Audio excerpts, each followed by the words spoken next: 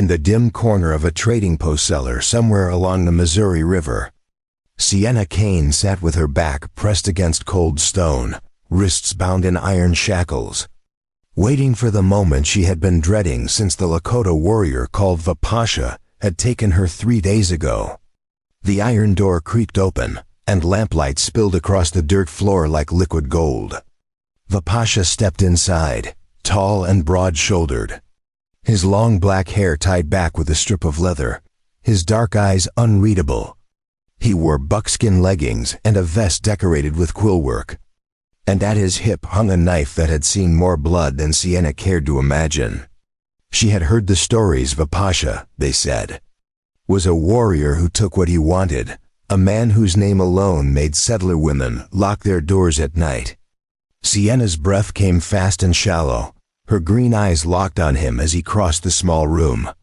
She had been a captive before years ago, taken by outlaws who had done things to her that still woke her screaming in the night. She knew what men did to women they considered theirs. She had learned to survive it once, but she did not know if she could survive it again. Vipasha stopped a few feet away, his gaze sweeping over her, taking in the torn sleeve of her dress, the bruises on her arms from the men who had dragged her from the overturned stagecoach, the defiant tilt of her chin even as her hands trembled. He said nothing for a long moment, and the silence stretched between them like a taut bowstring. Sienna swallowed hard, then forced herself to speak, her voice hoarse but steady. "Go ahead then," she said, her eyes never leaving his. "You'll force yourself on me now, won't you? That's what men like you do." Vipasha's expression did not change. He reached into his belt, and Sienna flinched, bracing herself for whatever came next. But instead of drawing the knife, he pulled out a small iron key. He stepped forward, crouched down in front of her, and without a word, unlocked the shackles around her wrists. The metal fell away with a dull clang, and Sienna stared at her freed hands, uncomprehending. Vipasha stood, tossed the key onto the floor between them, and took a step back. His voice was low, calm, and edged with something that might have been anger or might have been sorrow.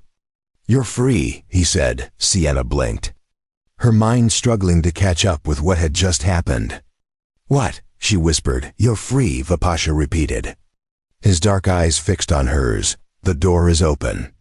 There's a horse tied outside. Ride east for half a day, and you will find Fort Laramie. Tell them whatever you want about me. I don't care." Sienna's hands shook as she rubbed her wrists, the skin raw and red where the iron had bitten into her. She looked up at him, searching his face for some sign of deception, some hidden cruelty. But all she saw was a man standing very still, waiting for her to leave. "Why?" she asked, her voice barely audible. Vipasha's jaw tightened. "Because I am not the man you think I am," he said. And then he turned and walked out of the cellar, leaving the door wide open behind him. Sienna sat there for a long moment, her heart pounding in her chest, her mind spinning. She had been so sure of what would happen, so certain that this warrior would hurt her the way others had.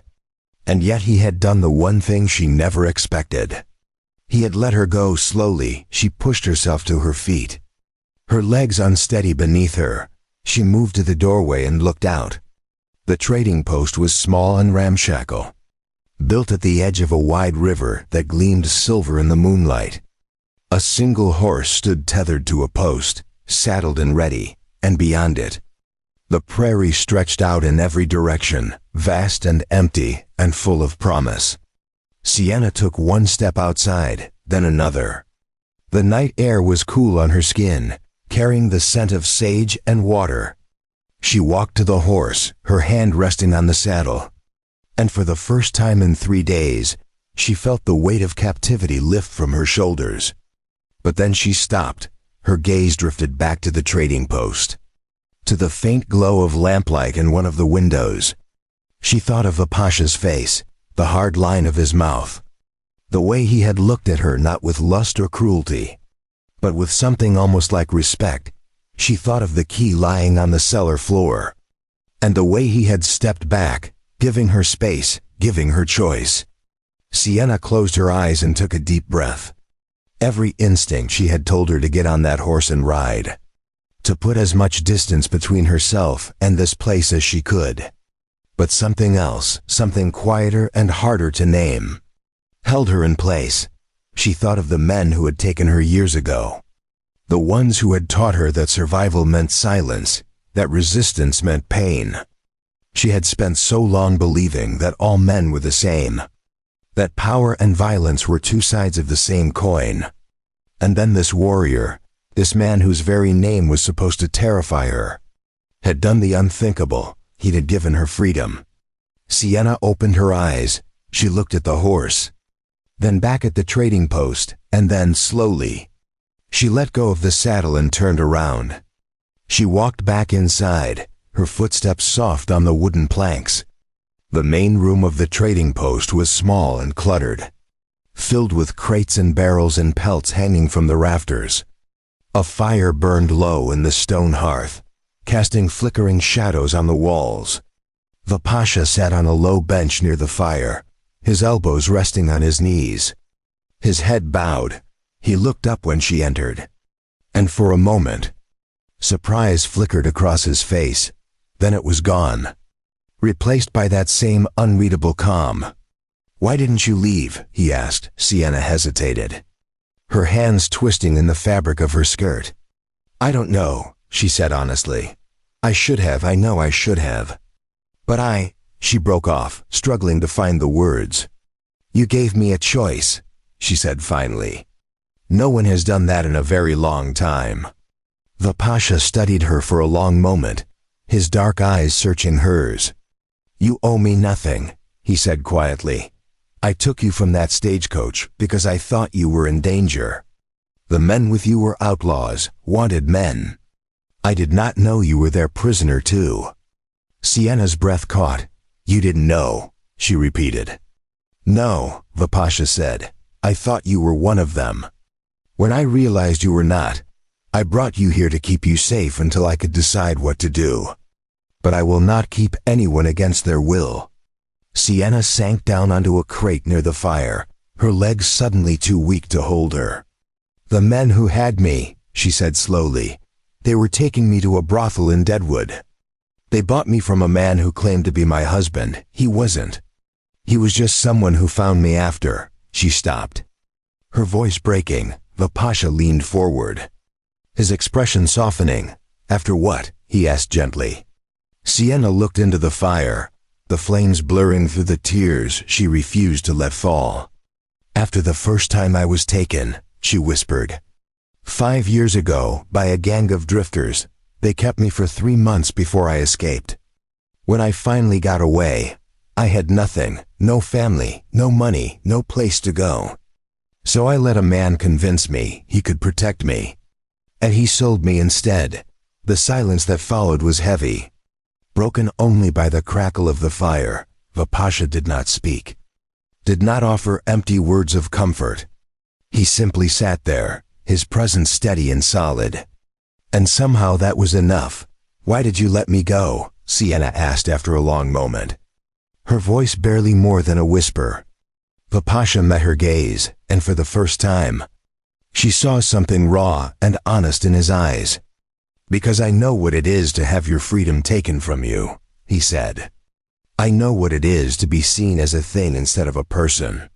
And I will not do that to anyone, not ever." Sienna stared at him, her heart beating hard in her chest. She had expected a monster, had braced herself for violence. And instead she had found this, a man who understood. A man who had given her back the one thing she thought she had lost forever. "What will you do now?" the Pasha asked. Sienna looked down at her hands, at the red marks on her wrists, at the dirt under her fingernails. "I don't know," she admitted. "I have nowhere to go, no one waiting for me." The Pasha was quiet for a moment. Then he said, "You can stay here. If you want, there is food, a bed, you will be safe, and when you are ready, I will take you wherever you wish to go." Sienna looked up at him, her eyes searching his face.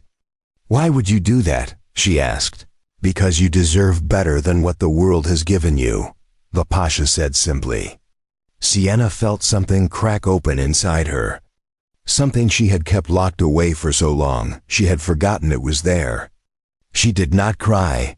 She had learned long ago that tears changed nothing. But she nodded slowly, and for the first time in years, she allowed herself to believe that maybe, just maybe, she could trust again. That night, Sienna slept in a small room at the back of the trading post, on a bed with clean blankets and a pillow that smelled faintly of cedar. She did not sleep well. Her dreams were full of shadows and shackles, of hands that grabbed and voices that sneered. But when she woke in the gray light of dawn, she was still there, still safe, and Pasha was sitting by the fire, sharpening his knife, as if keeping watch. Over the next few days, Sienna began to explore the trading post and the land around it. Pasha did not hover, did not question her movements. He simply let her be. And that freedom was more precious to her than anything she had ever owned.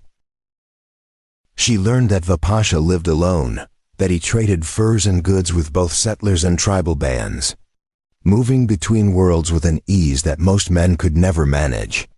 She learned that he was Lakota from the Red Leaf Band, and that he had left his people years ago after a betrayal he would not speak of. And she learned that he was nothing like the stories said. He was quiet, thoughtful, careful with his words and his actions. He treated her with a respect she had never known, never asking for anything, never expecting gratitude, simply offering her a place to exist without fear. One evening, as the sun set over the river, Sienna found Pasha standing at the edge of the water, his gaze fixed on the distant hills. She walked up beside him, her arms wrapped around herself against the cool breeze. "Thank you," she said quietly. Pasha glanced at her, then back at the horizon. "For what?" he asked. "For seeing me," Sienna said. "Not as a thing to be used, not as a problem to be solved, just as a person." Pasha was silent for a long moment, then he nodded. "You are more than what they made you believe," he said. Sienna felt her throat tighten. She looked out at the river, at the way the light danced on the water, and for the first time in as long as she could remember, she felt something like hope. The days that followed were strange and quiet, like the pause between lightning and thunder. Sienna found herself settling into a rhythm she had never known before, one built not on fear or survival, but on something tentative and fragile that felt almost like peace. Each morning, she woke to the sound of Pasha moving about the trading post, the low murmur of his voice as he spoke to the horses, the creak of the door as he stepped outside to check the trap lines he had set along the river. She would rise, dress in the simple clothes he had given her, a worn cotton dress and a shawl that had once belonged to someone else, and make her way to the main room where he always left bread and coffee warming by the fire. He never waited for her, never lingered to watch her eat. He gave her space. And that space was a gift she had not known how to ask for. One morning, as she sat by the fire with a cup of coffee cradled in her hands, Pasha came in carrying an armful of firewood. He set it down near the hearth, brushing dust from his hands, then glanced at her. "There is a town 2 days east," he said, his voice even. "If you want to go, I can take you. They have a church, a school, people who might help you start over." Sienna looked down into her cup, watching the steam rise in thin wisps.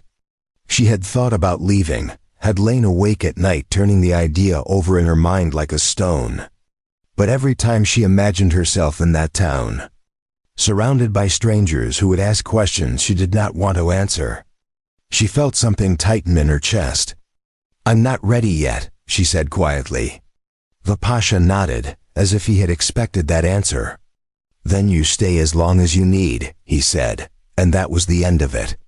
But Sienna could not shake the feeling that she was borrowing time, that sooner or later, she would have to make a choice. She could not live in this small pocket of safety forever, could not keep hiding from the world, and yet the thought of stepping back into it, of facing the questions and the judgment and the hands that might reach for her again, filled her with a dread so deep it felt like drowning.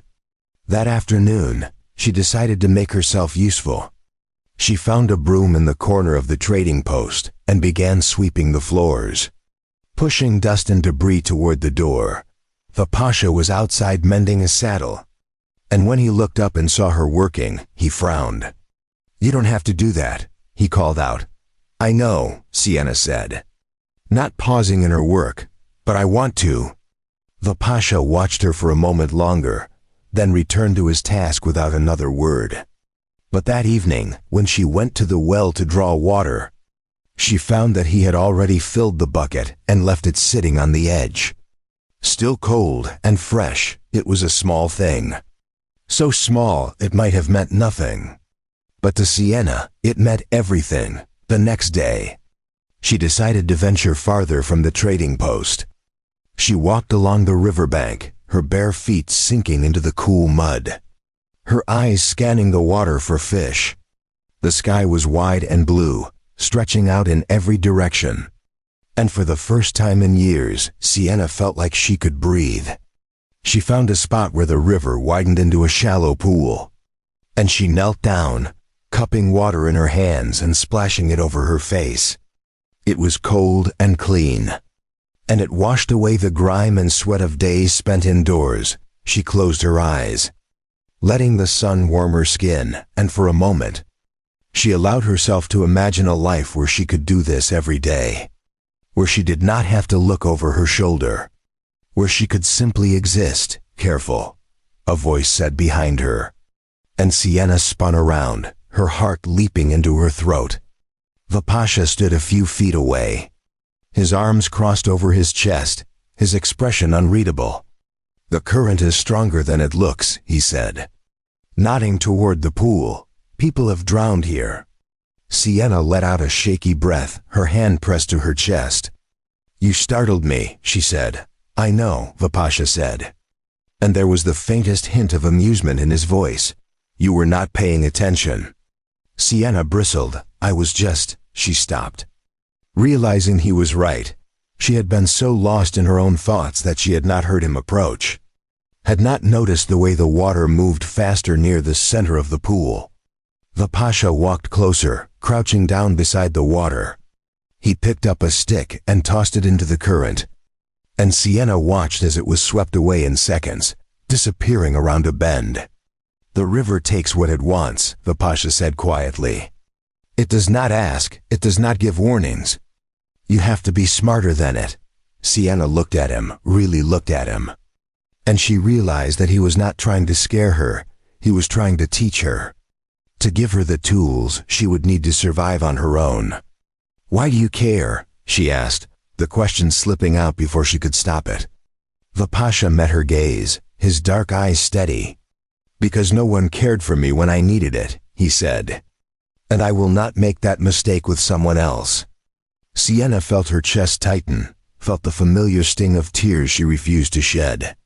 She looked away, down at the water, and said nothing. The Pasha stood, brushing dirt from his hands. "Come," he said. "I will show you where the fish hide." And so he did. He led her upstream to a place where the water pooled behind a cluster of rocks, where trout darted in and out of the shadows. He taught her how to read the current, how to move slowly so as not to disturb them, how to strike fast when the moment came. Sienna watched him, her eyes tracing the lines of his face, the way his hair fell loose around his shoulders, the quiet confidence in every movement he made. And she realized with a start that she trusted him, not because he had forced her to, not because he had demanded it, but because he had earned it. One small action at a time. That evening, they ate the fish they had caught, cooked over the fire with wild onions and sage. It was the best meal Sienna had eaten in months, maybe years, and she told him so. The Pasha shrugged. "Food tastes better when you catch it yourself," he said. Sienna smiled, a small fleeting thing, but real. "Maybe," she said. They sat in silence for a while. the fire crackling between them, and then Vipasha said, "You asked me why I care." Sienna looked up, surprised. "I told you I know what it is to lose your freedom," Vipasha continued, his gaze fixed on the flames, "but I did not tell you how." Sienna waited, her hands folded in her lap, her heart beating a little faster. Vipasha took a breath, then began to speak, his voice low and steady, like the current of the river. "I was born into the Red Leaf Band," he said. "My father was a warrior, my mother a healer. I had 2 brothers. Both older, both stronger. I was the youngest. The one who was supposed to prove himself." He paused, his jaw tightening. "When I was 16, our band was attacked by soldiers. They came at dawn, when the fires were still low and the warriors were still waking. They killed my father first, then my brothers. My mother tried to protect me, and they shot her where she stood." Sienna's breath caught. But she did not speak, did not interrupt. "I was taken prisoner," Vipasha said, his voice flat, empty of emotion. "They put me in chains, took me to a fort. I was kept there for 2 years. Not as a prisoner of war, but as a curiosity. Something to show off to visiting officers. Something to break." He looked at her then, and Sienna saw the darkness in his eyes, the weight of things he would never fully put into words. "They tried," Vipasha said, "but I would not break, and when I finally escaped, I swore I would never let anyone take my freedom again. And I would never take it from anyone else." Sienna felt tears slip down her cheeks. Hot and unbidden, she did not try to stop them, did not try to hide them. She simply sat there, letting them fall.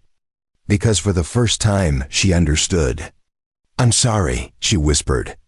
Vipasha shook his head. "Don't be," he said. "We both survived, that is enough." But it wasn't enough, not for Sienna. She wanted to tell him that she understood, that she knew what it was to be seen as less than human, to be used and discarded. But the words would not come, so instead, she reached across the space between them and placed her hand over his. Vipasha looked down at their hands, then up at her. And something passed between them, something unspoken but clear. A recognition, a shared grief, a quiet, fragile connection. He did not pull away. The next morning, Sienna woke to the sound of voices outside. She sat up quickly, her heart pounding, and moved to the window. 2 men stood near the edge of the trading post. Both white, both armed. They were talking to Vipasha. Their voices low and tense. Sienna could not hear what they were saying. But she saw the way Vipasha stood, his body angled between the men in the door, his hand resting on the hilt of his knife. She saw the way the men looked at him, with suspicion and barely concealed contempt, and she felt her stomach twist. One of the men gestured toward the trading post, and Vipasha shook his head, his expression hard. The man took a step forward, his hand moving to his gun, and Sienna's breath caught. But Vipasha did not flinch. He said something, his voice too low for Sienna to hear, and the man stopped. His hand fell away from his gun, and after a moment, both men turned and walked away, their shoulders stiff with anger. Vipasha stood there for a long moment, watching them go. And then he turned and saw Sienna standing in the window. Their eyes met, and he gave a small nod, as if to say, "It's over, it's fine." But Sienna knew it wasn't fine. She had seen the way those men looked at him, had seen the hatred in their eyes, and she realized with a sickening clarity that the world outside this small pocket of safety was just as dangerous for him as it was for her. When Vipasha came back inside, Sienna was waiting. "Who were they?" she asked. "Bounty hunters," Vipasha said, his voice flat. "Looking for a Lakota man they say killed a settler. They thought I might know where he is." "Do you?" Sienna asked. Vipasha looked at her. "No," he said, "but even if I did, I would not tell them." Sienna swallowed. "They'll come back," she said. "Maybe," Vipasha said. "But not today." He moved past her. heading toward the back room, and Sienna felt something shift inside her. A realization that had been building for days. Weeks slowly taking shape. She could not keep hiding here. Could not keep pretending that the world outside did not exist, but she also could not leave, not yet. Not when she finally felt like she had found something worth staying for. "Vipasha," she called out, her voice stronger than she expected. He stopped, turned to look at her. "Teach me," Sienna said. "Teach you what?" he asked. "How to survive," she said. "How to fight, how to protect myself. I don't want to be afraid anymore." Vipasha studied her for a long moment, his dark eyes searching hers, and then slowly he nodded. "All right," he said. "We start tomorrow." The training began at dawn, when the air was still cool and the mist hung low over the river like a veil. Vipasha led Sienna out to a clearing behind the trading post. A patch of hard-packed earth ringed by cottonwood trees. He carried 2 long sticks, smoothed and shaped, and handed one to her. "First lesson," he said, his voice calm but firm. "You learn to hold your ground." Sienna gripped the stick, feeling the weight of it in her hands. It was heavier than she expected. Solid and unforgiving, she looked at Vipasha, waiting for instructions, but he simply stood there, watching her with those dark, unreadable eyes. "What do I do?" she asked. "Stand," Vipasha said, "and don't move." Before she could ask what he meant, he swung his stick toward her, not fast, not hard, but deliberate. Sienna flinched, stumbling backward, and the stick stopped inches from her shoulder. "Again," Vipasha said. Sienna steadied herself, planting her feet, and this time when he swung, she held her ground barely. The stick tapped her arm, light as a breath, but the impact sent a jolt through her. "Better," Vipasha said. "But your feet are wrong. You're leaning back. Afraid of the hit. If you lean back, you fall. Lean forward. Meet it." Sienna adjusted her stance, shifting her weight, and Vipasha nodded. "Again," he said. They went on like that for an hour. Maybe more, Vipasha swinging. Sienna learning to stand firm, to anticipate the movement, to read his body before the strike came. By the time he finally lowered his stick, her arms were shaking, her breath coming hard, and sweat dripped down her back. "Enough for today," Vipasha said, and Sienna nearly collapsed with relief. But as she turned to walk back to the trading post, he called out, "Sienna." She stopped, looked back. "You did well," he said, and the simple praise hit her harder than any blow. Over the next weeks, the training intensified. Vipasha taught her how to use the stick as a weapon, how to block and strike, how to move her body in ways that felt unnatural at first, but gradually became instinctive. He taught her to read the land, to know when someone was following her by the way birds scattered from the trees, to find water by the color of the soil, to start a fire with nothing but flint and patience. And slowly, something began to shift inside Sienna. The fear that had lived in her chest for so long, that constant weight pressing down on her lungs, began to ease. She still woke in the night sometimes, gasping from dreams of shackles and hands in dark cellars. But now when she woke, she remembered where she was and who was nearby. And the fear would fade one afternoon, after a particularly grueling session where Vipasha had knocked her flat on her back 3 times. Sienna sat in the dirt. Wiping blood from her split lip, she looked up at him, her green eyes blazing with frustration. "You're not holding back," she said. "No," Vipasha agreed. "Why not?" she demanded. Vipasha crouched down beside her, his expression serious. "Because the men who want to hurt you won't hold back," he said. "And if I teach you to fight someone who holds back, you will die the first time you face someone who doesn't." Sienna stared at him, her chest heaving. And then she nodded. "Again," she said. Pushing herself to her feet, Vipasha smiled. Just a slight curve of his mouth, and stood. "Again," he agreed. But it wasn't just fighting that he taught her. In the evenings, when the training was done and they sat by the fire, the Pasha would talk not about himself, but about the world. He told her about the Lakota way of seeing the land, not as something to own, but as something to be part of. He taught her the names of plants, which ones healed and which ones killed. He showed her how to track animals by their prints, how to tell a deer from an elk. Before we jump back in, tell us where you're tuning in from, and if this story touches you, make sure you're subscribed, because tomorrow I've saved something extra special for you. A wolf from a coyote, and Sienna listened, absorbing everything, hungry for knowledge she had never been allowed to have. She had spent so much of her life being told what she could not do, where she could not go, who she could not be. And now, for the first time, someone was showing her what she could become.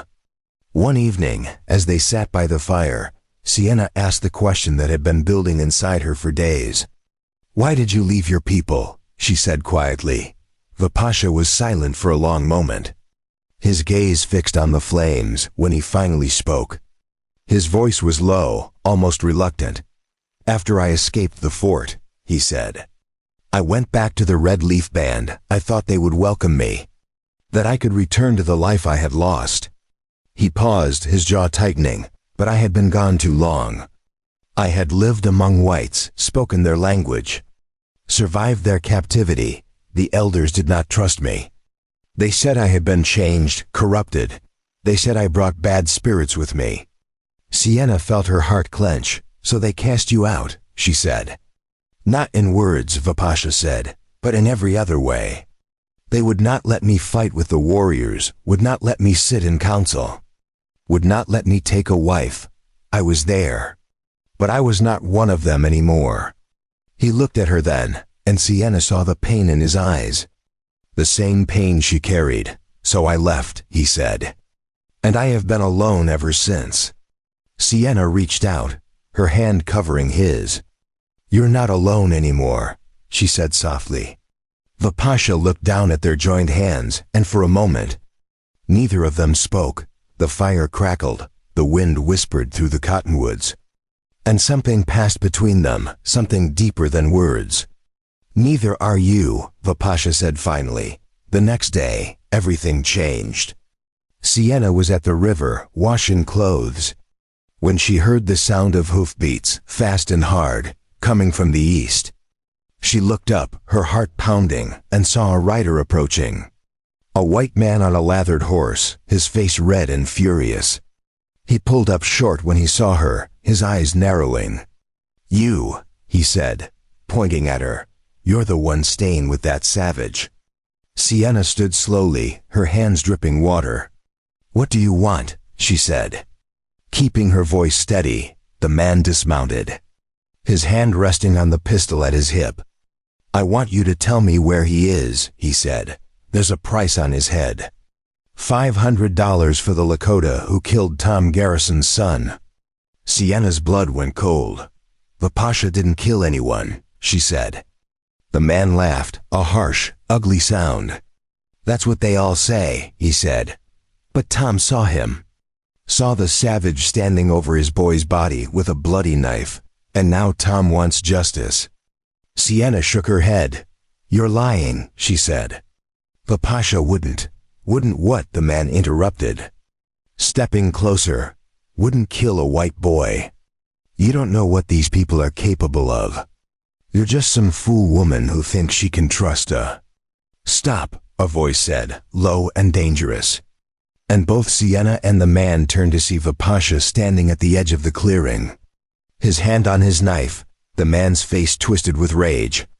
"There you are," he said, drawing his pistol. "You're coming with me." Dead or alive, Vipasha did not move, did not flinch. "I did not kill that boy," he said, his voice calm. "I found him already dead. Killed by a bear. I drove the bear off and tried to help him. But it was too late." "Leia," the man spat, cocking the hammer of his pistol. And then Sienna moved, without thinking, without hesitation. She stepped between Vipasha and the gun. Her arms spread wide. "No," she said, her voice ringing out clear and strong. "If you want to kill him, you'll have to kill me first." The man stared at her, his eyes wide with shock. "Get out of the way, woman," he said. "No," Sienna repeated. And she did not move for a long moment. The man just stood there, his pistol aimed at her chest, his finger on the trigger, and then slowly he lowered the gun. His face twisted with disgust. "You're as crazy as he is," he muttered, climbing back onto his horse. "But this isn't over. Tom Garrison won't stop. And neither will the law." He spurred his horse and rode off, leaving Sienna and Vipasha standing in the clearing, the sound of hoofbeats fading into the distance. Sienna turned to Vipasha, her whole body shaking. "Are you all right?" she asked. Vipasha looked at her, his expression unreadable. "You could have been killed," he said. "So could you," Sienna said, and then without warning, her legs gave out, and she sank to the ground. Her hands pressed to her face. Vipasha knelt beside her, his hand on her shoulder. "Why did you do that?" he asked quietly. Sienna looked up at him, tears streaming down her face. "Because I couldn't let him hurt you," she said. "Because you gave me my life back. And I would rather die than let someone take yours." Vipasha stared at her, and then slowly, he pulled her into his arms, holding her close. "You are the bravest person I have ever known," he whispered. Sienna pressed her face against his chest, feeling the steady beat of his heart. And she realized that somewhere along the way, without meaning to, she had fallen in love with him that night. They did not speak of what had happened, but something had shifted between them, an invisible line crossed. Sienna could feel it in the way Vipasha looked at her, in the way he sat closer by the fire, in the way his hand lingered when he passed her a cup of water. And she could feel it in herself, in the way her heart raced when he was near, in the way she found herself watching him when she thought he wasn't looking, in the way she wanted, more than anything, to reach out and touch him, finally. As the fire burned low and the night grew quiet, Vipasha spoke. "We need to leave," he said. "Tom Garrison will come, and he will bring men with him." "We cannot stay here," Sienna nodded. "Where will we go?" she asked. Vipasha looked at her, his dark eyes serious. "North," he said. "To the Bighorn Mountains. There are places there where no one will find us. Where we can be safe, together," Sienna said. And it was not a question. "Together," Vipasha agreed, and he took her hand, his fingers lacing through hers. Sienna looked down at their joined hands, and she felt something settle inside her.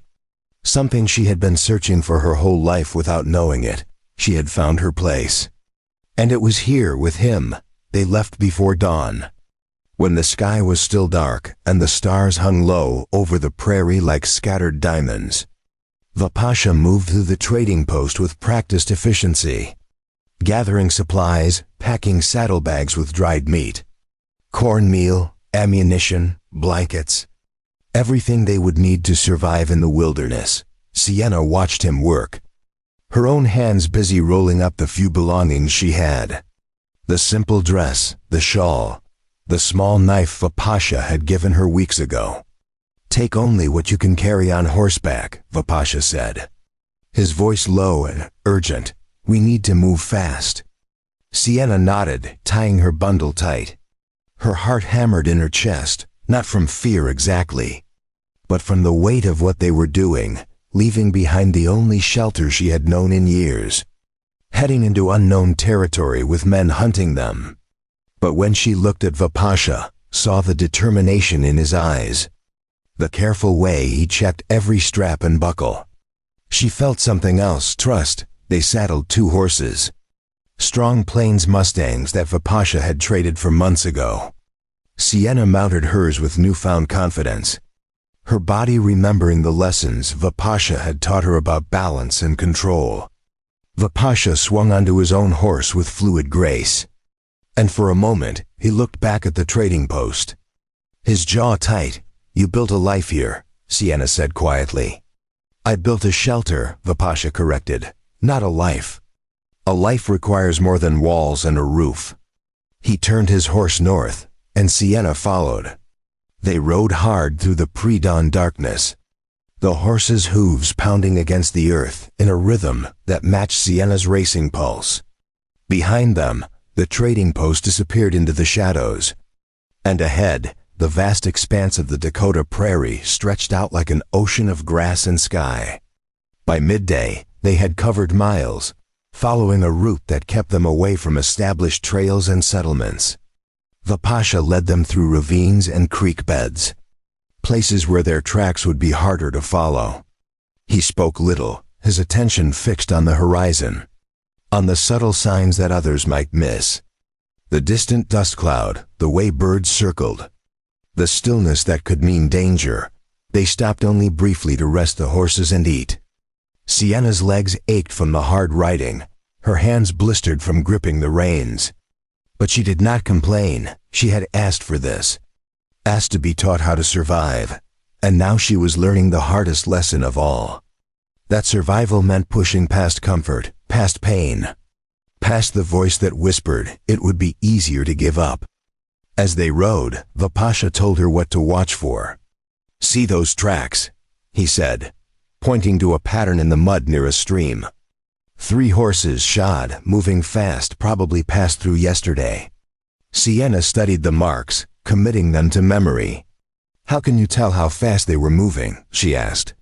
The depth of the print, Vipasha said. The spacing, when a horse runs. It throws more dirt. The prints are farther apart. These were running from something or toward something, Sienna asked. Vipasha looked at her, a flicker of approval in his eyes. Good question, he said. We'll assume both and stay alert.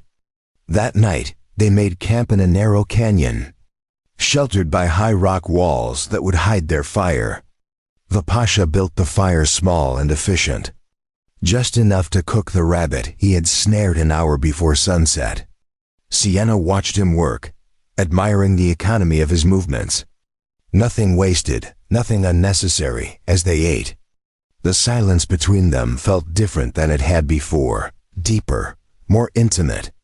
Sienna found herself studying the lines of his face in the firelight. The strong jaw, the dark eyes that held so much pain and so much strength. She wondered what he saw when he looked at her. If he saw the broken woman she had been or the person she was becoming. What are you thinking? Vipasha asked. And Sienna realized she had been staring. She felt heat rise to her cheeks. I was thinking about how much has changed, she said. A month ago, I thought I would die in that cellar. And now I'm riding across the prairie with a Lakota warrior, running from bounty hunters. Learning to track and fight and survive, Vipasha smiled slightly. Life changes fast on the frontier, he said. It's more than that, Sienna said, her voice soft. You changed me. You saw something in me that I didn't see in myself. Vipasha set down the stick he had been using to tend the fire and looked at her directly. I saw what was always there, he said. Strength, courage, the will to survive. You just needed someone to show you how to use it. Sienna felt her throat tighten. No one ever believed in me before, she whispered. Then they were fools, Vipasha said simply. The words hung in the air between them, and Sienna felt something shift. Some invisible barrier crumbling. She moved closer to him, closing the distance across the fire, and Vipasha did not pull away. Instead, he reached out and tucked a strand of hair behind her ear, his fingers lingering against her cheek. Sienna, he said, his voice rough, if we do this. If we, he stopped, searching for words. If we what? Sienna asked, though she knew. She could see it in his eyes, feel it in the way his hand trembled slightly against her skin. If we become more than what we are now, Vipasha said. There is no going back. The world will not accept us. We will always be running, always hiding. Sienna covered his hand with hers. I don't care about the world, she said. I care about you. The Pasha's eyes searched hers. And then he leaned in and kissed her. It was not gentle, not tentative, but fierce and desperate. Like two people who had been drowning and had finally found air. Sienna kissed him back with everything she had. All the fear and loneliness and hunger for connection pouring out of her. When they finally pulled apart, both breathing hard, the Pasha rested his forehead against hers. "I will protect you," he said. "With everything I am, I will keep you safe. And I will stand with you," Sienna said, "no matter what comes." They held each other as the fire burned down to embers. And for the first time and longer than either could remember, they felt complete. The next morning, they woke to the sound of distant thunder. Not a storm, but hoofbeats, many of them. The Pasha was on his feet instantly. His hand on his rifle. "Get the horses," he said. His voice sharp with urgency. Sienna moved fast, her training kicking in. She saddled both horses while the Pasha climbed to the top of the canyon wall to scout. When he came back down, his face was grim. "7 riders," he said, "armed. Following our trail, Tom Garrison," Sienna said. And it was not a question. The Pasha nodded, "And his men. There may be an hour behind us. We need to move now." They mounted and rode hard, pushing the horses to their limits. The canyon opened into a wide valley, and beyond it, the land rose into foothills. The beginning of the Bighorn Range, if they could reach the mountains. The Pasha had said they would have a chance. The terrain was rough, difficult for large groups to navigate. Easier to lose pursuers, but the riders behind them were gaining. Sienna could hear them now, the shouts, the crack of whips driving horses faster. She glanced back and saw them cresting a ridge. 7 men on horseback, their faces hard and determined. "Faster," the Pasha shouted, and Sienna dug her heels into her horse's flanks. They raced across the valley floor, the wind tearing at Sienna's hair. Her heart pounding so hard she thought it might burst. The mountains loomed ahead, so close, but not close enough. And then she heard the sharp crack of a rifle shot. Saw dirt kick up 10 feet to her left. "They're shooting at us," she yelled. The Pasha veered his horse sharply to the right, leading them toward a cluster of boulders. "Get behind cover," he shouted. They dismounted in a scramble, dragging the horses behind the rocks just as another shot rang out. This one striking stone and sending shards flying. The Pasha pulled his rifle from its scabbard and checked the load. His movements calm despite the chaos. "How many shots do you have?" Sienna asked, pulling out the small pistol the Pasha had given her. "Enough," the Pasha said, "but we can't hold them off forever. We need to buy time, let them think we're pinned down. Then move when they get close." Sienna nodded, her hand steady on the pistol. The fear was there, cold and sharp. But beneath it was something else. Anger, defiance. The refusal to be a victim ever again. The riders spread out, circling the boulder field. Sienna counted them, 7, just as the Pasha had said. Tom Garrison was easy to spot, a big man with a gray beard and a face twisted with rage. He dismounted, using his horse as cover, and shouted across the distance. "Come out, savage," he bellowed. "You killed my boy. And you're gonna pay for it." The Pasha did not respond. He simply raised his rifle and fired. The shot struck the ground near Garrison's horse, making it rear and dance sideways. Garrison cursed and ducked lower. "I didn't kill your son," the Pasha shouted back. "He was already dead when I found him. Killed by a bear. I tried to save him." "Liar," Garrison roared. "I saw you standing over him. Saw the blood on your hands." "The blood was from the bear," the Pasha said, his voice steady. "I drove it off. But your son was already gone. I'm sorry for your loss. But I did not kill him." For a moment, there was silence, and Sienna thought maybe, just maybe, Garrison would listen. But then one of his men shouted, "He's lying, boss. Indians always lie." And Garrison raised his rifle and fired. The shot whined past Vipasha's head, so close Sienna felt the air move. Vipasha dropped flat, then rolled and fired back, his shot catching one of Garrison's men in the shoulder. The man screamed and fell from his horse. Chaos erupted, shots rang out from all sides, bullets pinging off rocks. Ricocheting wildly, Sienna fired her pistol. Not sure if she hit anything. Just trying to keep the men from advancing, Vipasha moved like water. Firing, reloading, shifting position, always one step ahead. And then Sienna saw one of the men flanking them, moving through the rocks on foot. Rifle raised, he was young, maybe 20. His face pale and frightened, but determined, he raised his rifle, aiming straight at Vipasha's back. Sienna did not think. She raised her pistol and fired. The shot took the young man in the chest, and he fell backward, his rifle clattering on the rocks.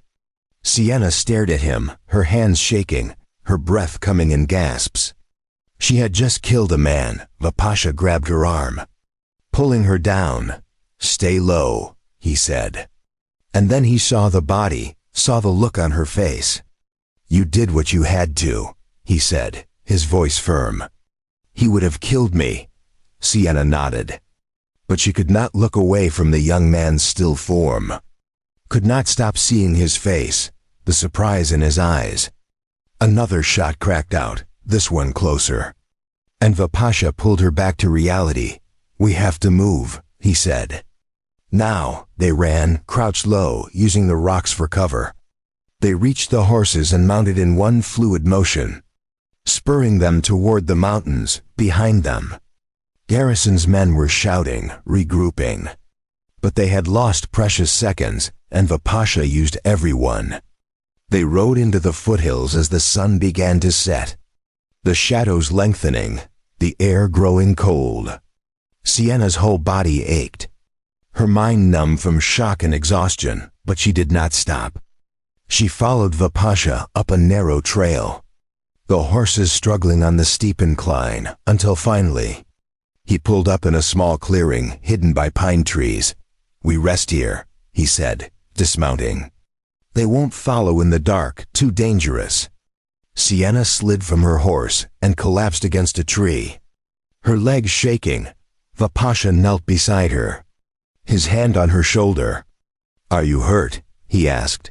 Sienna shook her head. "I killed him," she whispered. "I killed that man." Vipasha cupped her face in his hands, forcing her to look at him. "Listen to me," he said. "You saved my life. That man was going to shoot me in the back, and you stopped him. That is not murder. That is survival." Sienna's eyes filled with tears. "It doesn't feel like survival," she said. "I know," Vipasha said softly. "I know, but you will carry it. The same way I carry the men I have killed. And you will learn to live with it, because the alternative is to die. And I will not let you die." Sienna nodded. And Vipasha pulled her into his arms, holding her as she finally let herself cry, mourning not just the man she had killed, but the last remnants of the person she used to be. The woman who believed she could avoid violence, avoid pain, avoid the harsh realities of the world. That woman was gone, and in her place was someone harder, stronger, someone who would do whatever it took to survive. The Bighorn Mountains rose around them like ancient sentinels, their peaks crowned with snow even in the late summer heat. Vipasha led them deeper into the wilderness, following paths only he could see. Trails known to his people, but invisible to white men who did not understand how to read the land. They climbed higher each day, the air growing thinner and colder, until finally they reached a hidden valley tucked between two massive ridges. A place where a small stream ran clear and cold, where pine trees grew thick enough to hide 100 people. "Here," Vipasha said, dismounting. "We'll be safe here." Sienna slid from her horse, her legs trembling with exhaustion. They had been riding for 4 days straight, stopping only when the horses needed rest, eating dried meat and hardtack in the saddle, sleeping in shifts while the other kept watch. Garrison and his men had followed for the first 2 days, but the mountain terrain had slowed them. And eventually, their trail had gone cold. But Sienna knew better than to think they had given up. Men like Tom Garrison did not forgive, did not forget. They would keep hunting, keep searching, until they found what they were looking for, or until winter made the mountains impassable. The Pasha began setting up camp with the same quiet efficiency he brought to everything. He cleared a space for a fire, built a lean-to shelter from pine branches and the canvas they had brought, hobbled the horses near good grazing. Sienna helped where she could, gathering firewood, filling their water skins from the stream, moving through the tasks with mechanical precision, because if she stopped, if she let herself think, she would remember the young man's face. The way he had fallen that night they sat by the fire, the flames casting dancing shadows on the rock walls around them. The Pasha had caught 2 fish from the stream, and they cooked them slowly, savoring the hot food after days of cold rations. Sienna ate in silence, her mind far away. "You're thinking about him," the Pasha said. And it was not a question. Sienna looked up, startled. "How did you know?" she asked. "Because I know what it looks like," the Pasha said. "The first man I killed, I was 15. He was a soldier who had come to our camp, pretending to trade, but really scouting our numbers. I caught him drawing a map, and when he reached for his gun, I put a knife in his chest." He paused, staring into the fire. "I dreamed about him for months," he continued. "Saw his face every time I closed my eyes. I told myself it was necessary, that he would have brought more soldiers, that I had saved my people, but it didn't make it easier." "Does it ever get easier?" Sienna asked quietly. The Pasha met her gaze, his dark eyes honest. "No," he said. "But you learn to carry it. You learn that some choices don't have good answers. Only necessary ones." Sienna nodded. Though the weight in her chest did not lift, she looked down at her hands, still remembering the kick of the pistol, the sound of the shot. "I keep thinking about his family," she said, wondering if he had a mother waiting for him, a wife, children. "He made his choice when he raised that rifle," the Pasha said firmly. "Just as you made yours when you pulled the trigger. You chose to live, to protect someone you care about. There is no shame in that." Sienna wanted to believe him, wanted to let go of the guilt that sat like a stone in her stomach. But it clung to her, heavy and cold. She wrapped her arms around herself, suddenly feeling the chill of the mountain night. The Pasha moved closer, draping his blanket over her shoulders. "You're shivering," he said. "I'm fine," Sienna said automatically. But her voice shook. The Pasha pulled her against his side, his arm around her shoulders.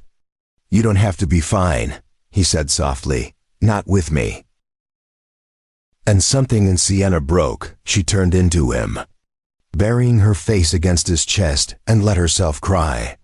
Not just for the man she had killed, but for everything she had lost. Every piece of herself that had been taken or given away or destroyed.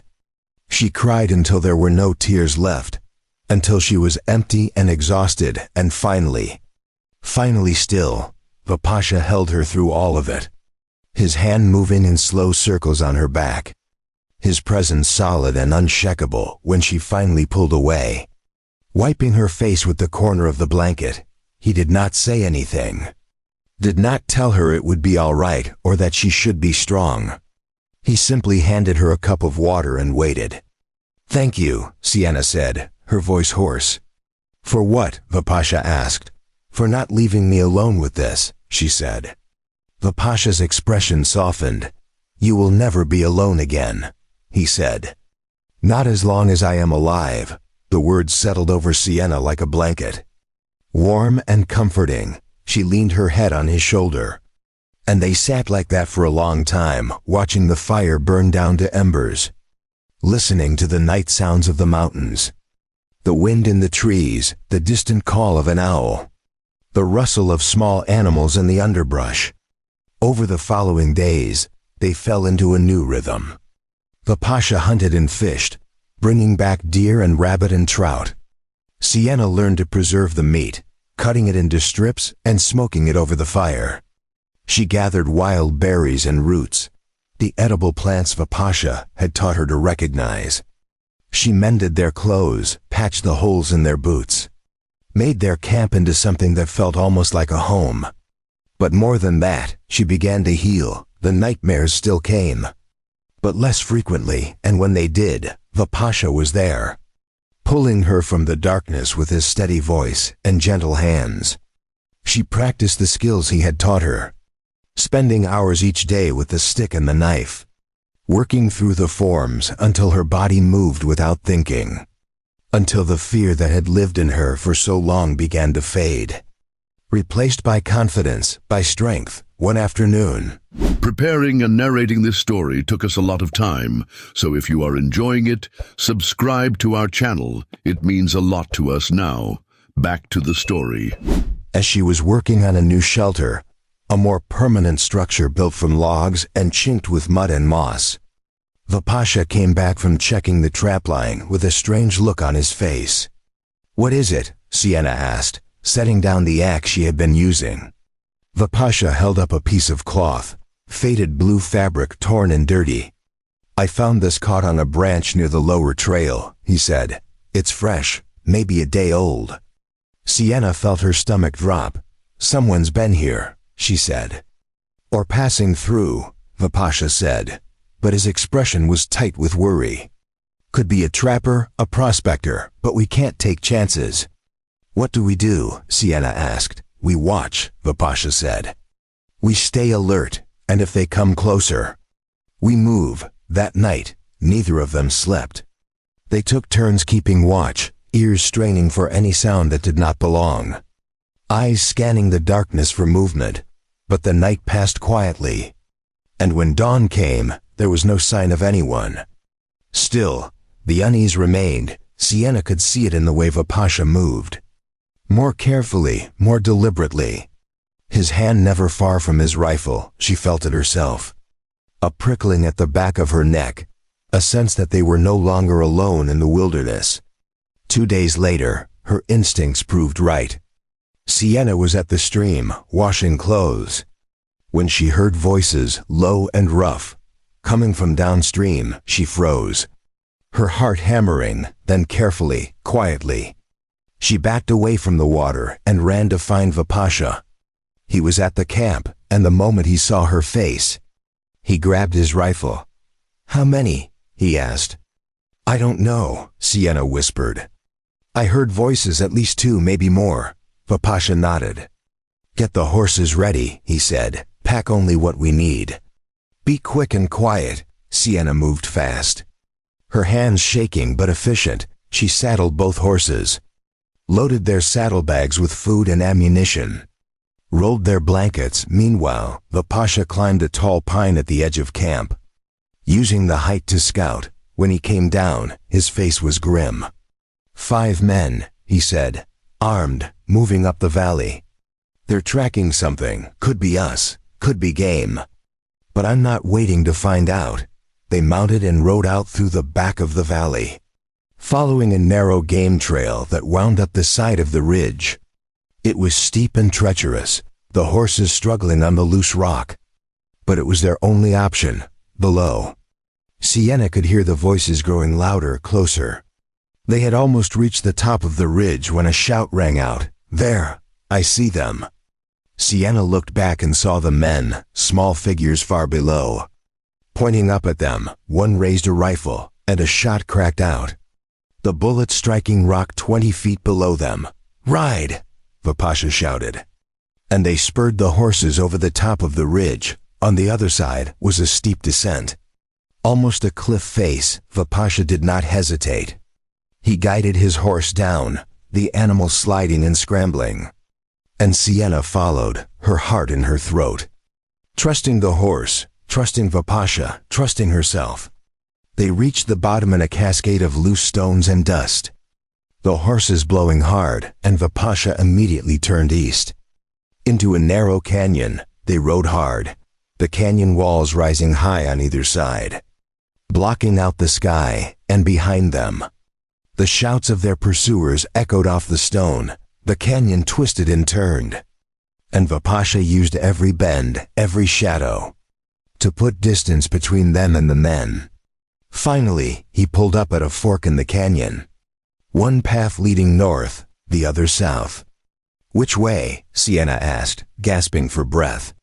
Vipasha looked at both paths, his jaw tight. "North leads to open country," he said. "South goes deeper into the mountains.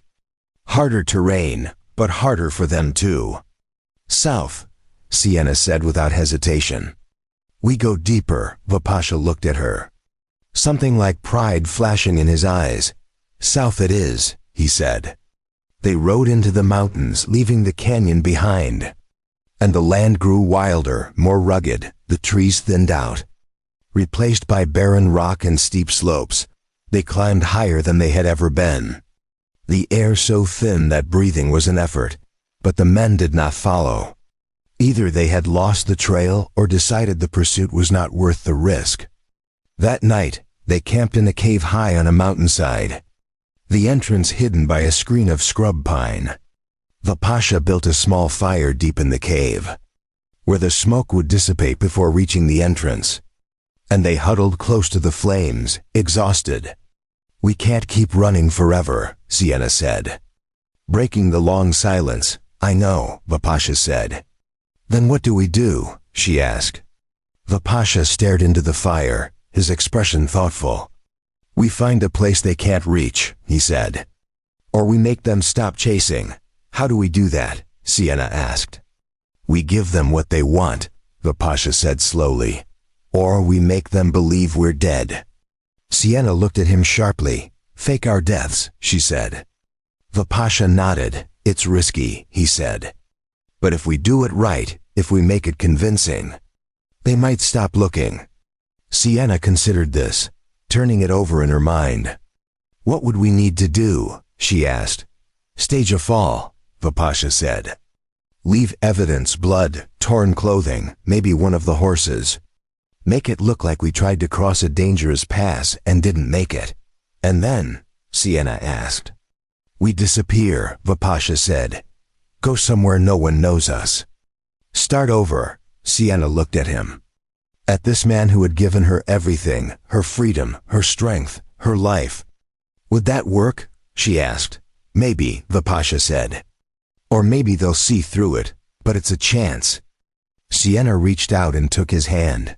"Then we take it," she said. Vipasha squeezed her hand. "Together," he said.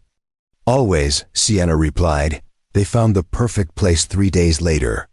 A narrow pass carved between two towering cliffs where the wind howled like a living thing and the ground dropped away into a gorge so deep the bottom was lost in shadow. Vipasha stood at the edge, looking down, calculating, his mind working through every detail of the plan they had conceived. "This will work," he said, turning to Sienna. "The fall is sheer enough that anyone looking from above will believe no one could survive it. And the river at the bottom will carry away any evidence they might search for." Sienna peered over the edge, her stomach lurching at the sight. "What do we leave behind?" she asked. Vipasha had already thought this through. "Your horse," he said, and Sienna felt her heart clench. The mare had carried her faithfully through everything, and the thought of sacrificing her felt wrong. But Vipasha saw her expression and shook his head. "We don't kill her," he said gently. "We stage it. We'll lead her down a side trail to the valley below, set her loose. She's smart enough to find her way to water and grass." Sienna nodded, relieved. "And the blood?" she asked. Vipasha drew his knife and without hesitation cut a shallow line across his palm. Blood welled up, dark and red. He let it drip onto the rocks at the edge of the pass, then tore a strip from his shirt and pressed it to the wound. "We leave this," he said, dropping the bloody cloth near the edge. "And some of your clothing, torn, as if you tried to grab onto something and failed." Sienna removed her shawl, the one Vipasha had given her months ago at the trading post. She tore it deliberately, leaving ragged edges, then placed it carefully on a sharp outcropping of rock, as if it had been caught there during a fall. The sight of it hanging there, fluttering in the wind, made her chest ache. It felt too real, too much like an ending. The Pasha saw her hesitation and stepped close. His hand on her shoulder. "This is not an ending," he said quietly. Reading her thoughts, "This is a beginning. A chance to live without fear, without looking over our shoulders every day." Sienna looked up at him, at the face she had come to know better than her own. The strong jaw, the dark eyes that held so much pain and so much hope. "Where will we go?" she asked. "West," the Pasha said. "Into the territories where the law is still new and names don't matter as much as what you can do. We'll find a place, build something new. No one will know us. No one will care about our past. And if they find us anyway?" Sienna asked. The Pasha's expression hardened. "Then we fight," he said. But together, always together, they spent the next hour carefully arranging the scene, scattering small personal items, a tin cup, a piece of rope, things that would suggest a desperate attempt to navigate the treacherous pass.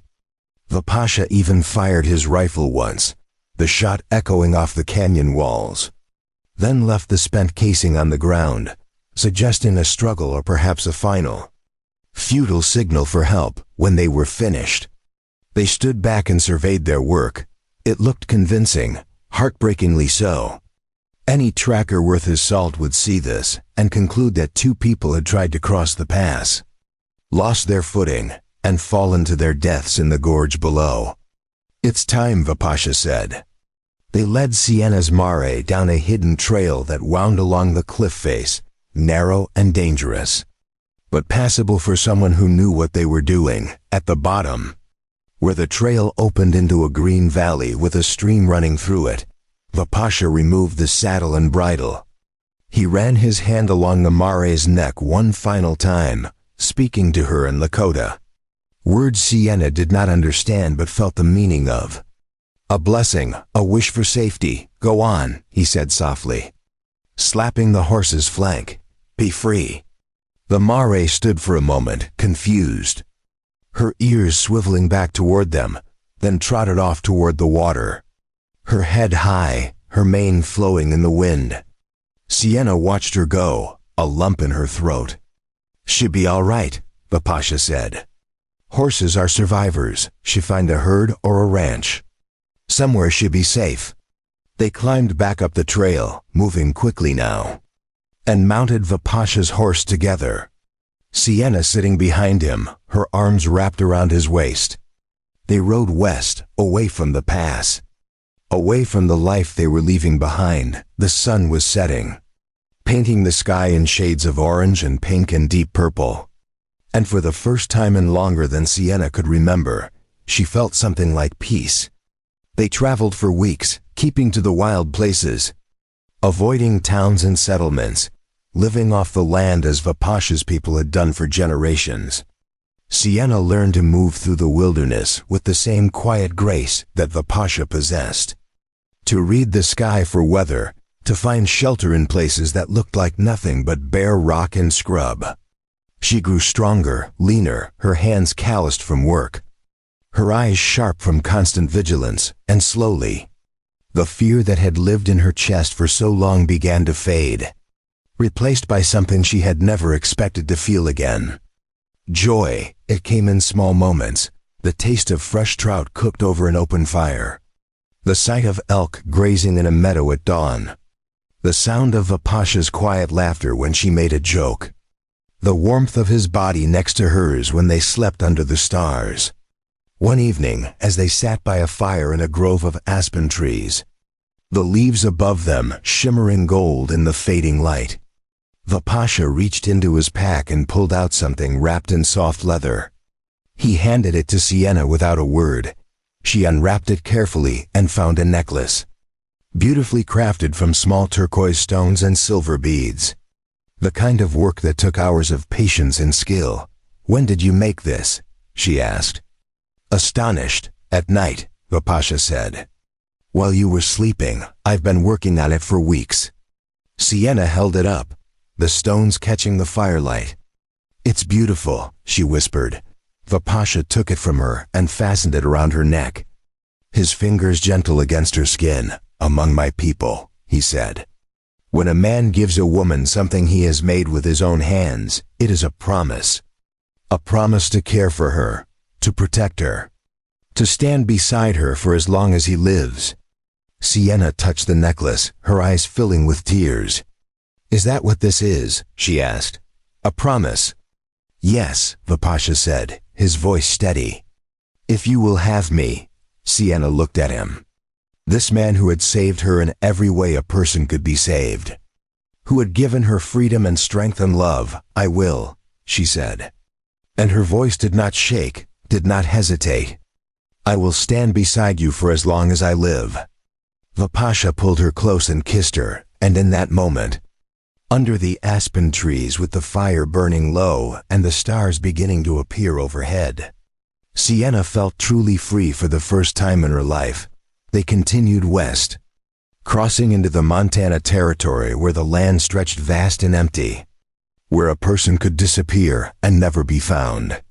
They came eventually to a small valley nestled between mountains, where a river ran clear and cold and the soil was rich enough to grow crops. There were no towns nearby, no settlements, just wilderness and possibility. "Here," the Pasha said, dismounting. "This is where we start." Sienna slid down from the horse and looked around, taking in the tall grass, the clean water, the shelter of the mountains. She walked to the center of the valley, turned in a slow circle, and felt something settle in her chest, something she had not felt since she was a child. "Belonging. It's perfect," she said. They built a cabin, working side by side, felling trees and shaping logs, chinking the walls with mud and moss, building a roof that would keep out the snow when winter came. It took weeks of hard labor, but Sienna had never felt more alive, more purposeful. Every log they lifted, every nail they drove, was a stake in their future, a declaration that they were here to stay. The Pasha taught her how to notch the logs properly, how to make the joints tight and strong. And Sienna proved to be a quick learner, her body strong from months of training, her hands capable. They worked from sunrise to sunset, pausing only to eat and rest. And by the time the first snow began to fall, the cabin stood complete, small but sturdy, with a stone fireplace and real glass windows they had traded for at a distant trading post. When the cabin was finished, the Pasha stood in the doorway and looked at Sienna. "We did this," he said, and there was wonder in his voice. "We built something that is ours." Sienna came to stand beside him, her hand finding his. "Not just a cabin," she said, "a home." As autumn turned to winter, they prepared for the cold months ahead, smoking meat, gathering firewood, storing root vegetables in a cellar they had dug beneath the cabin floor. The Pasha showed Sienna how to tan hides properly, how to make clothing that would keep them warm even in the deepest cold. And she worked with determination, wanting to contribute, wanting to prove that she could carry her weight. The first snow came early, blanketing the valley in white, and they spent long evenings by the fire, talking, planning, dreaming of the future. The Pasha told her stories of his childhood, of the games he played with his brothers, of the hunts and ceremonies and the rhythm of life in the Red Leaf Band. And Sienna listened, absorbing every word, learning about the man he had been before the world had broken him. One night, as the wind howled outside and the fire crackled warm inside, Sienna told the Pasha something she had been holding close for weeks. "I think I'm with child," she said quietly. The Pasha went very still, his eyes searching hers. "Are you certain?" he asked. "As certain as I can be," Sienna said, her hand resting on her belly. "I've missed my courses twice now, and I feel different. Tired but also stronger somehow." The Pasha knelt in front of her, his large hands covering hers. "A child," he said, and his voice cracked with emotion. "Our child," Sienna nodded, tears streaming down her face. But they were tears of happiness, of hope. "Are you pleased?" she asked. Vipasha looked up at her. His eyes bright. "Pleased," he said. "I am more than pleased. I am honored, grateful, terrified." Sienna laughed through her tears. "Terrified?" she asked. "Yes," Vipasha admitted. "What if I am not a good father? What if I cannot protect you both? What if—" Sienna placed her fingers over his lips, silencing him. "You will be a wonderful father," she said firmly. "Because you are a good man, the best man I have ever known. And we will protect each other, all of us, together." Vipasha pulled her into his arms, holding her close. And Sienna felt his tears wet against her neck. They stayed like that for a long time. Two people who had been broken by the world, now healing each other, building something beautiful from the fragments of their shattered pasts. Winter deepened, and the snow piled high around the cabin. But inside, they were warm and safe. Sienna's belly grew round, and Vipasha became even more protective, insisting she rest, that he do all the heavy work. But Sienna was strong, stronger than she had ever been, and she refused to be coddled. She helped where she could, preparing for the baby, sewing tiny clothes from soft rabbit fur, making blankets, building a cradle from smooth pine wood. Vipasha watched her work with quiet pride, marveling at her strength, at the way she had transformed from the terrified woman in the Salardo this. A woman who feared nothing, who faced the future with courage and determination. Spring came late, the snow melting slowly to reveal the green valley beneath. And on a warm April morning, when the wildflowers were just beginning to bloom and the air smelled of new growth and possibility, Sienna went into labor. Vipasha had prepared as best he could, boiling water, gathering clean cloths, arranging everything within reach. But when the moment came, he was terrified. Sienna labored for hours, her body racked with pain. And Vipasha held her hand, his face pale but determined. "You can do this," he said over and over. "You are the strongest person I know." And Sienna believed him. She pushed through the pain, through the fear, through the exhaustion, drawing on every ounce of strength she had built over the past months, every lesson she had learned about endurance and survival. And finally, as the sun reached its peak in the sky, a baby's cry filled the cabin, sharp and clear and full of life. Vipasha wrapped the baby in a soft blanket and placed her in Sienna's arms. "A daughter," he said, his voice choked with emotion. "We have a daughter." Sienna looked down at the tiny, perfect face, at the dark eyes that blinked up at her, and she felt her heart expand in a way she had never imagined possible. "She's beautiful," she whispered. Vipasha sat beside her on the bed, his arm around her shoulders, his eyes on their daughter. And for a long moment, neither of them spoke. They simply existed in that perfect moment, a family, whole and complete. "What should we name her?" Vipasha asked finally. Sienna thought for a moment, then said, "Hope, we'll call her Hope. Because that's what she is. Proof that even after everything, there is still hope. Still a future worth living for."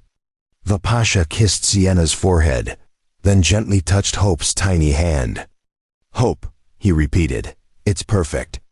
The years that followed were not easy. The valley was isolated, the winters harsh, and there were times when supplies ran low and illness threatened. But Sienna and Vipasha faced every challenge together.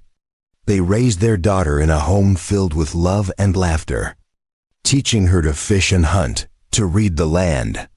To be strong and kind and brave, Hope grew quickly. A wild child with her mother's green eyes and her father's dark hair. She learned to ride before she could write, to track animals before she could read. And she grew up knowing she was loved, knowing she belonged, never once feeling the sting of rejection or the weight of being unwanted. And sometimes, on quiet evenings when Hope was asleep and the fire burned low, Sienna would think back to that cellar, to the moment when she had been certain her life was over, to the warrior who had stepped back, tossed her the key, and said, "You're free." She thought about how that single act of mercy had changed everything, had given her not just freedom, but a life, a family, a future she had never dared to dream of. She thought about the woman she had been, broken and terrified, and the woman she had become, strong and capable and deeply, profoundly happy. And she would reach for Vipasha's hand, and he would squeeze it gently, and they would sit in comfortable silence. Two survivors who had found in each other not just safety, but home, years later. When Hope was old enough to ask questions, she would say, "Tell me the story of how you and Papa met." And Sienna would pull her daughter close and begin. "Once, I was lost and afraid, and your father found me. He didn't see a broken woman, he saw someone worth saving. And he gave me the greatest gift anyone had ever given me, the choice to be free." Hope would listen, her eyes wide, and ask, "And then what happened?" Sienna would smile and say, "Then we chose each other. Every day, through everything.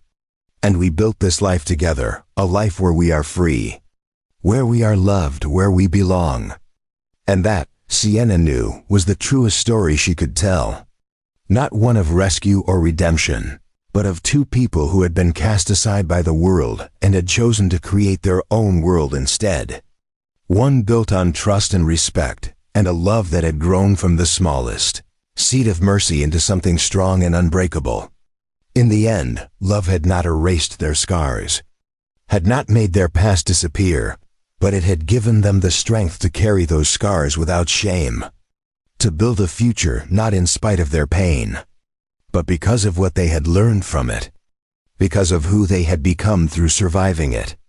And as Sienna sat in the cabin she and Vipasha had built with their own hands, holding their daughter, watching the man she loved chop wood outside in the golden evening light, she knew with absolute certainty that she had finally found what she had been searching for her entire life.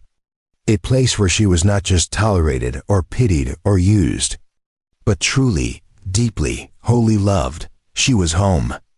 And she was free. And that was everything. 1 year later, the Montana Valley had transformed over the course of a year. What had once been raw wilderness now bore the marks of human habitation. Careful cultivation that worked with the land rather than against it. The cabin had grown. Vipasha had added a second room for Hope, and a covered porch where they could sit in the evenings and watch the sun set over the mountains. A small barn stood near the river, housing 2 horses, a milk cow, and a handful of chickens that Sienna had traded for at a distant settlement. The garden Sienna had planted that first spring now flourished. Rows of corn and beans and squash growing in the traditional Three Sisters method that Vipasha had taught her. Herbs hung drying from the porch rafters, their scent mixing with the smell of pine and wood smoke. A root cellar had been dug deep into the hillside, its shelves already filling with preserved vegetables and smoked meat for the coming winter. It was a good life, a hard life, but one they had built together with their own hands and their own determination. On this particular morning in late summer, Sienna stood in the garden with Hope balanced on her hip. The child now 15 months old and curious about everything. Hope reached for a ripe tomato, her small fingers grasping, and Sienna gently redirected her hand to a leaf instead. "Not yet, little one," she said softly. "We pick them when Papa comes back." Vipasha had left 3 days ago to check the trap lines he had set in the higher elevations, and to scout for any signs of other people in the area. They had been alone in the valley for over a year now. Undisturbed, but Vipasha never let his guard down completely. He believed in being prepared, in knowing what was coming before it arrived. It was a lesson he had learned the hard way, and one he would never forget. Sienna heard the sound of hoofbeats and turned, her hand instinctively moving to the rifle she kept propped against the garden fence. But she relaxed when she saw Vipasha riding into the clearing. His posture easy, his face calm. He was leading a second horse, a sturdy pack animal loaded with furs and supplies. "Papa," Hope squealed, reaching out her arms. And Vipasha's stern expression melted into a smile that transformed his entire face. He dismounted and walked over, taking Hope from Sienna's arms and lifting her high in the air. Making her laugh with delight. "How is my little bird?" he asked. And Hope babbled something incomprehensible, but clearly enthusiastic. Her small hands patting his cheeks, Sienna watched them. Her heart swelling with a contentment so deep it almost hurt. She marveled at how natural Vipasha was with their daughter. How gentle despite his warrior's hands. How patient despite the hardships he had endured. "Good trip?" she asked. "Very good," Vipasha said, setting Hope on his shoulders where she grabbed fistfuls of his long dark hair. "The traplines were full, and I found a trader willing to pay fair prices. We have enough to last through winter, and then some." He also had news from the east. Said the railroad is coming through Wyoming territory, bringing more settlers. "How close?" Sienna asked, concern flickering across her face. "Still months away from reaching anywhere near us," Vipasha assured her. "But it means the world is changing. Getting smaller, we may need to be more careful." "Any signs of trouble?" Sienna asked. The question she always asked, the one that mattered most. Vipasha's expression grew serious. "No," he said. "The trader asked about newcomers in the area. Said there were rumors of a Lakota man and a white woman living in the mountains. But when I asked where these rumors came from, he couldn't say, just gossip, probably stories people tell. I made sure to steer the conversation elsewhere, talked about hunting in the high country. Nothing specific." Sienna felt a flicker of unease, but pushed it down. They had been careful. Had covered their tracks, had become ghosts. "We should stay vigilant," she said. "Always," Vipasha agreed, his eyes meeting hers with an understanding that needed no words. That evening, after Hope had been fed and put to bed in her cradle, Sienna and Vipasha sat on the porch. Watching the stars emerge one by one in the darkening sky, the air was warm, carrying the scent of sage and the distant sound of the river. Crickets sang in the grass, and somewhere far off, an owl called. Sienna leaned against Vipasha's shoulder, feeling the solid strength of him, the steady rhythm of his breathing. "I've been thinking," Vipasha said quietly, "about what happens when Hope gets older, when she needs things we cannot provide here. Education, other children to play with, a life beyond this valley." Sienna had been thinking about the same thing, though she had not voiced it. She had watched Hope playing alone, talking to herself, and wondered what it would be like for her to grow up without friends her own age. "We have time," she said. "She's still so young." "I know," Vipasha said, "but time moves faster than we think. Already she is walking, talking. Soon she will be asking questions we may not be able to answer. And I want to be ready, to have a plan." Sienna turned to look at him. "What kind of plan?" she asked. Vipasha was quiet for a moment, his gaze fixed on the horizon where the last light of day was fading into purple darkness. "There are communities," he said finally, "places where people like us, people who don't fit into the world the way it's supposed to be, can live without judgment." I heard about one. A settlement in Oregon Territory, founded by families of mixed heritage. Lakota, white, Mexican, all living together, building something new. "How far is Oregon?" Sienna asked. 2 months' travel. "Maybe more with a child," Vipasha said, "but we wouldn't have to go now. Maybe in a few years, when Hope is older, when we've saved enough to make the journey comfortable." The trader told me about a route that avoids most of the settlements. Follows the old fur trapper trails. Sienna considered this. The idea of leaving the valley they had worked so hard to build, but also the possibility of Hope growing up with other children, learning from teachers, having opportunities they could not give her here. "It's something to think about," she said finally. "That's all I ask," Vipasha said, and he pulled her closer, wrapping his arm around her shoulders. The next morning, Sienna was working in the garden when she heard Hope crying from inside the cabin. Not the normal fussy cry of a tired child, but a sharp, frightened wail that sent Sienna running. She burst through the door to find Hope standing in her cradle, tears streaming down her face. Pointing at the window, Sienna's blood went cold. She grabbed Hope, holding her close, and moved carefully to the window. Peering out, at first she saw nothing. Just the clearing, the barn, the familiar landscape. But then movement caught her eye. A figure standing at the edge of the tree line. Watching, it was a man tall and broad-shouldered, dressed in buckskin and carrying a rifle. For a moment, Sienna's heart stopped. Certain it was one of Garrison's men, that they had been found. That everything they had built was about to come crashing down. But then the man stepped forward into the light, and she saw his face, young native. With the distinctive markings of the Lakota, Vapasha appeared beside her, moving silently as he always did, his own rifle in hand. "Stay inside," he said quietly, and then he walked out onto the porch. Sienna watched through the window, her heart pounding, as Vapasha and the stranger faced each other across the clearing. They were too far away for her to hear their words, but she could see the body language, tense at first. Vapasha's hand never leaving his rifle, then gradually relaxing as recognition dawned, and then, to her shock, Vapasha lowered his rifle, and the two men clasped forearms in the traditional greeting. When Vapasha returned to the cabin, the stranger following a respectful distance behind. Sienna was waiting, Hope still in her arms. The child now quiet but watchful. "Who is he?" she asked. "His name is Chaska," Vapasha said. "He is from the Red Leaf Band, my cousin's son. I knew him when he was just a boy."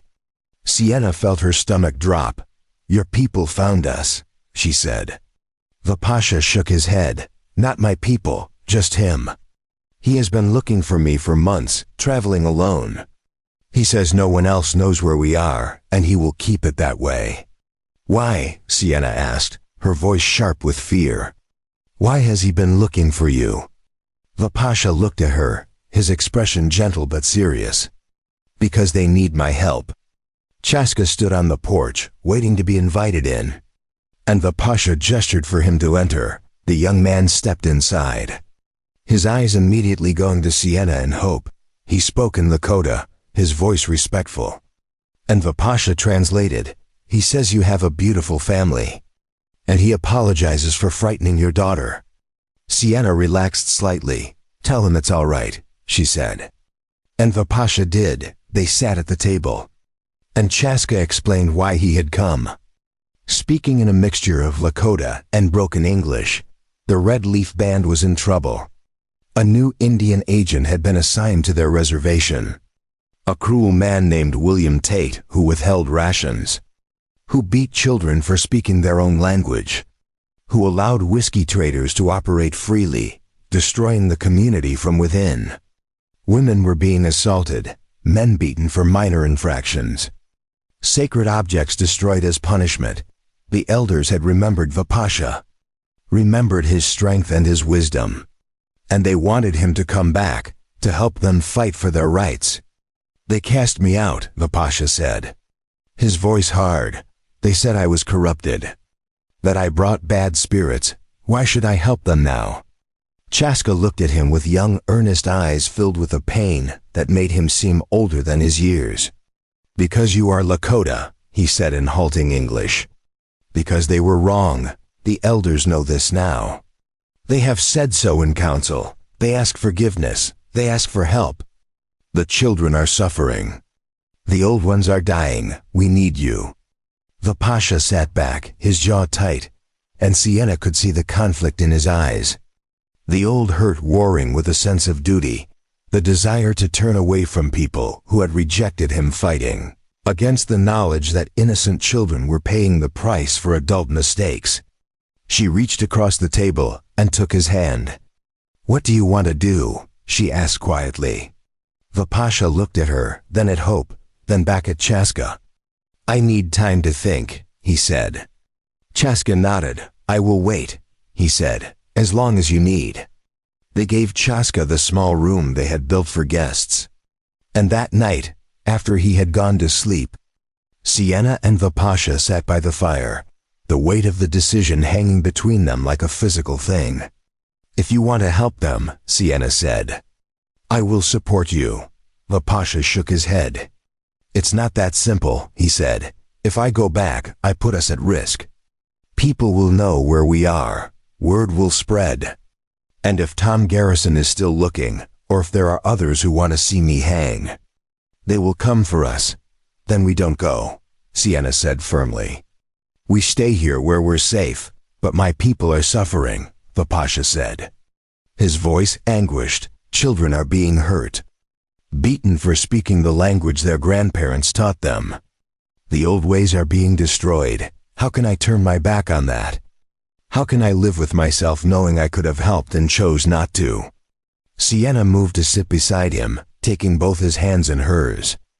"Listen to me," she said. "You are the kindest, most honorable man I have ever known.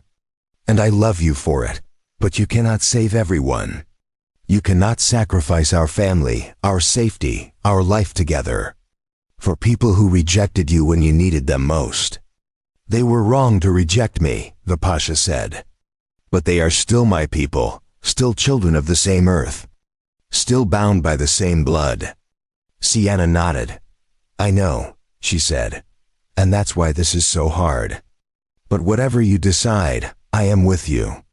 If you want to go, we go together. If you want to stay, we stay together. There is no decision you can make that will change how I feel about you." Vipasha pulled her into his arms, holding her tightly. "What did I do to deserve you?" he whispered. "You gave me freedom," Sienna said. "And I will spend the rest of my life making sure you never regret it." They sat like that for a long time, and then Vipasha said, "I think there is a way to help them without putting us in danger." "How?" Sienna asked. "I write a letter," Vipasha said, "to the Bureau of Indian Affairs, detailing the abuses. I give them names, dates, specific incidents. Chaska can deliver it to the territorial governor, who has the power to remove a corrupt agent. I help my people without revealing where I am, without putting you and Hope at risk." Sienna considered this. "Will it work?" she asked. "Maybe," Vipasha said. "Maybe not. The government does not always listen, does not always care, but it's something. And it keeps us safe." "Then that's what we do," Sienna said.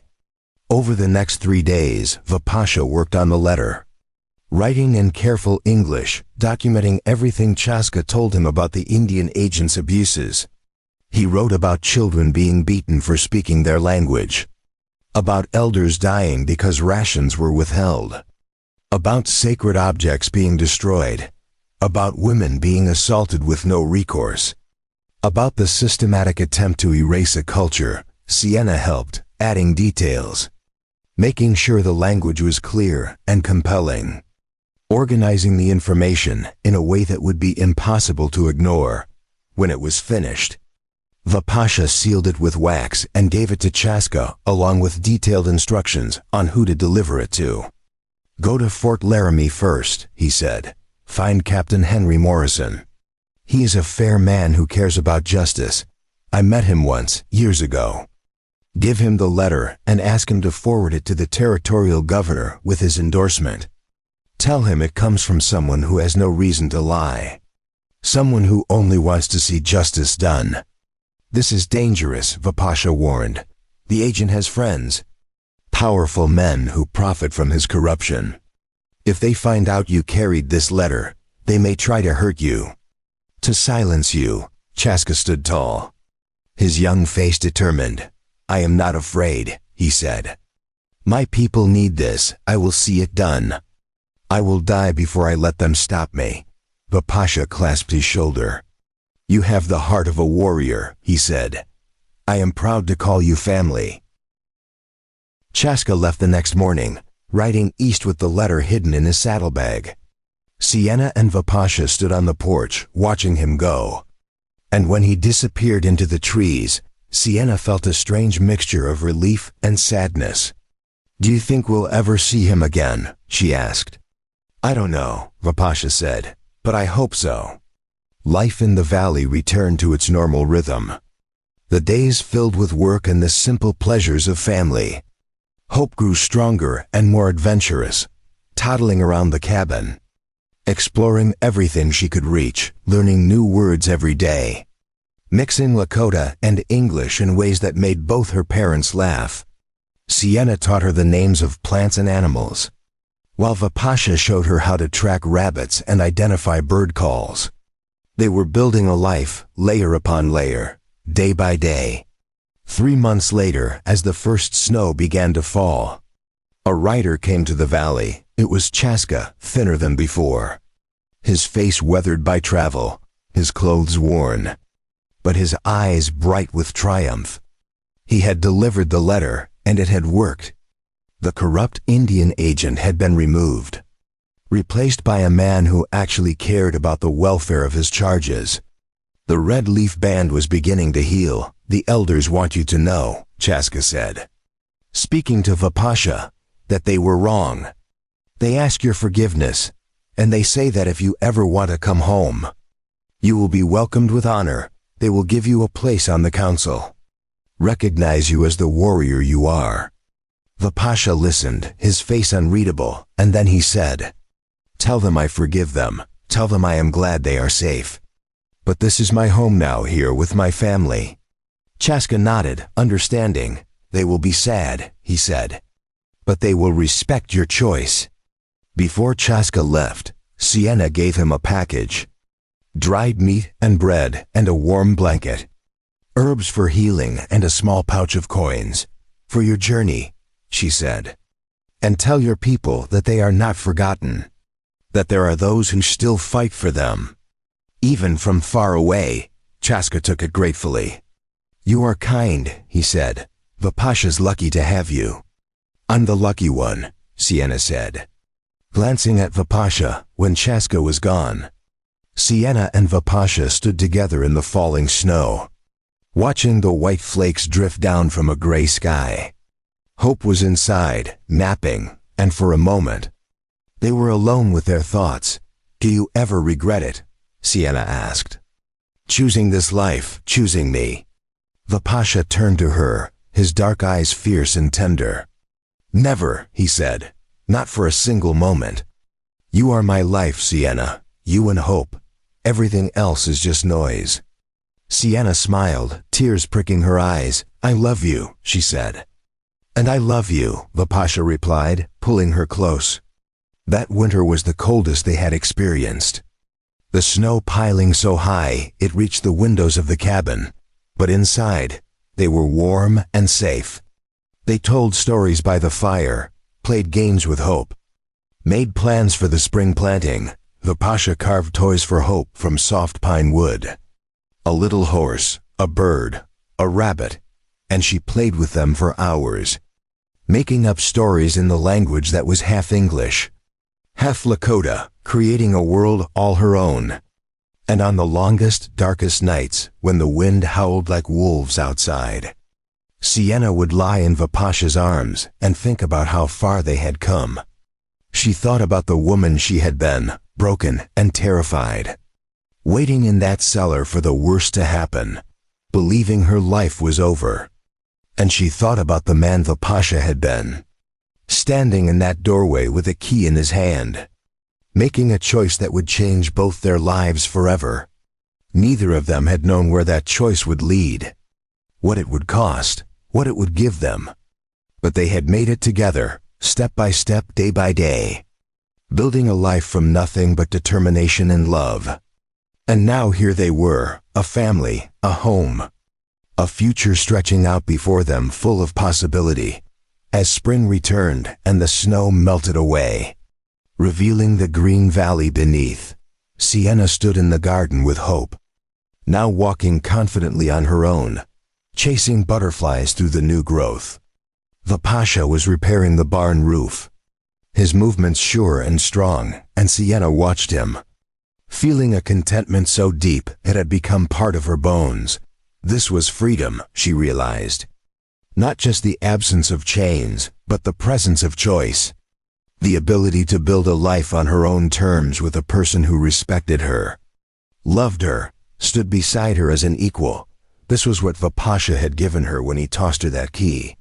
Not just freedom from captivity, but freedom to become who she was meant to be.